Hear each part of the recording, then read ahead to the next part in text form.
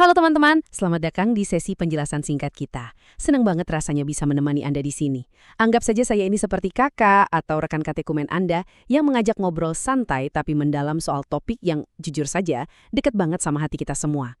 Hari ini kita bakal kupas tuntas soal ini, makna sejati dari doa Rosario. Sering kan kita mendaraskan doa ini kayak sudah jadi rutinitas otomatis gitu. Tapi pernah kepikiran gak sih kita itu benar-benar paham gak ya sama karakter aslinya? Apakah ini murni sebuah ajakan buat kontemplasi? Atau jangan-jangan cuma sekedar daftar panjang permohonan kita ke Tuhan? Yuk kita bedah bareng-bareng. Nah, ini dia nih pertanyaan yang paling sering mampir dan relate banget sama keseharian kita.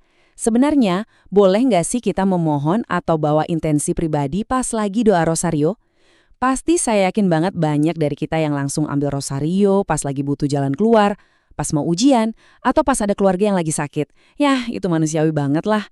Tapi buat menjawab pertanyaan ini dengan pas dan tentunya sesuai sama ajaran gereja, kita perlu mundur selangkah dulu nih. Kita lihat lagi esensi terdalam dari doa yang luar biasa ini. Oke, kita masuk ke bagian pertama. Karakter asli doa Rosario. Sebelum kita ngomongin soal permohonan-permohonan tadi, mari kita lihat dulu fondasi utamanya. Poin krusialnya itu di sini. Doa Rosario pada hakikatnya adalah doa yang berkarakter kontemplasi. Apa maksudnya?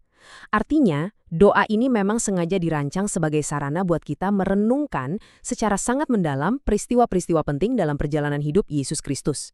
Malahan ya, doa Rosario itu sering dijuluki sebagai ringkasan dari seluruh cerita Injil. Keren kan? Jadi idealnya, pas jari-jari kita berpindah dari satu manik ke manik yang lain, pikiran dan hati kita itu lagi asyik memutar kembali film perjalanan hidup Tuhan Yesus. Dan hal ini tuh kelihatan brilian banget dari peristiwa-peristiwa yang kita renungkan. Kita punya peristiwa gembira, peristiwa mulia, peristiwa sedih, dan peristiwa cahaya. Terus Anda mungkin kepikiran, loh, gimana dengan peristiwa mulia yang ngomongin Bunda Maria diangkat ke surga? Kan itu tentang Maria. Nah, ini dia yang luar biasa. Kehadiran Bunda Maria di situ justru fungsinya buat membantu kita merenungkan kehidupan Yesus itu sendiri. Semuanya dari awal sampai akhir bermuara pada satu fokus utama, yaitu Kristus. Kita lanjut ke bagian kedua, fenomena bergesernya sifat doa. Meskipun karakter aslinya itu indah banget, coba deh kita jujur sama praktek kita sehari-hari. Kalau kita bandingkan kondisi yang ideal tadi sama tren yang terjadi saat ini, kerasa banget ada pergeseran. Harusnya kan Rosario itu didominasi sama kontemplasi atau perenungan. Tapi akhir-akhir ini, karakternya itu agak melenceng di tengah umat. Porsinya jadi terbalik, karakter merenungkannya jadi makin sedikit, sementara sifat memintanya jadi sangat banyak dan dominan.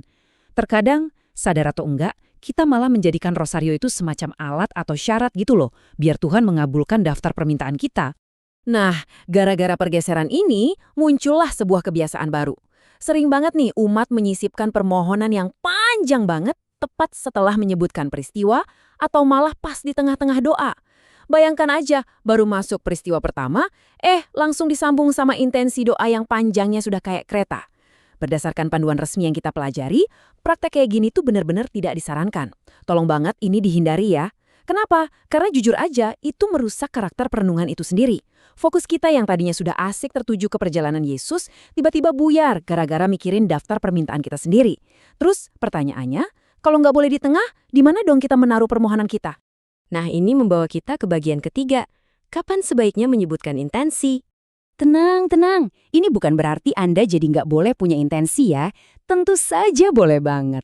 Gereja itu sangat paham kok sama apa yang jadi kebutuhan umatnya. Kita cuma perlu tahu tata letak yang pas saja. Cara pertama, dan ini sangat bagus buat dipraktekkan, adalah menaruh intensinya di depan. Jadi, sebelum Anda mulai doa Rosario, sebutkan saja secara detail semua intensi dan permohonan Anda. Misalnya, Tuhan lewat doa ini saya mohon kelancaran kerjaan, kesembuhan keluarga, dan lain-lain. Puas-puasin di awal. Nah, setelah semuanya disampaikan, barulah Anda masuk ke dalam doa Rosario dengan khusyuk. Fokus 100% ke perenungan misteri kehidupan Kristus tanpa kepotong-potong lagi. Atau, kalau Anda lebih suka, ada cara kedua yang pastinya sama baiknya, yaitu ditaruh di akhir. Anda daraskan dulu doa Rosario secara utuh dari awal sampai akhir, benar-benar merenungkan peristiwa demi peristiwanya. Nah, setelah Rosarionya ditutup, barulah Anda sambung dengan ngomong, Tuhan, doa Rosario tadi kami persembahkan untuk mendoakan intensi berikut ini. Kedua cara ini sah teman-teman, Dan yang paling penting, dua cara ini menjaga supaya inti kontemplasi dari rosario itu tidak rusak. Sekarang kita masuk ke bagian keempat, cara tepat merenungkan peristiwa. Jadi gimana sih sebenarnya cara paling top biar kita bisa benar-benar berkontemplasi? Ada satu dokumen penting dari gereja yang namanya Direktorium Ulah Kesalehan Umat dan Liturgi.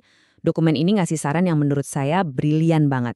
Disarankan setiap kali kita menyebutkan peristiwa rosario, misalnya nih peristiwa Yesus bangkit, coba deh bacakan 1 atau 2 ayat pendek dari Alkitab yang nyambung sama peristiwa itu. Boleh mengambil dari Injil atau dari surat-surat Rasul Paulus.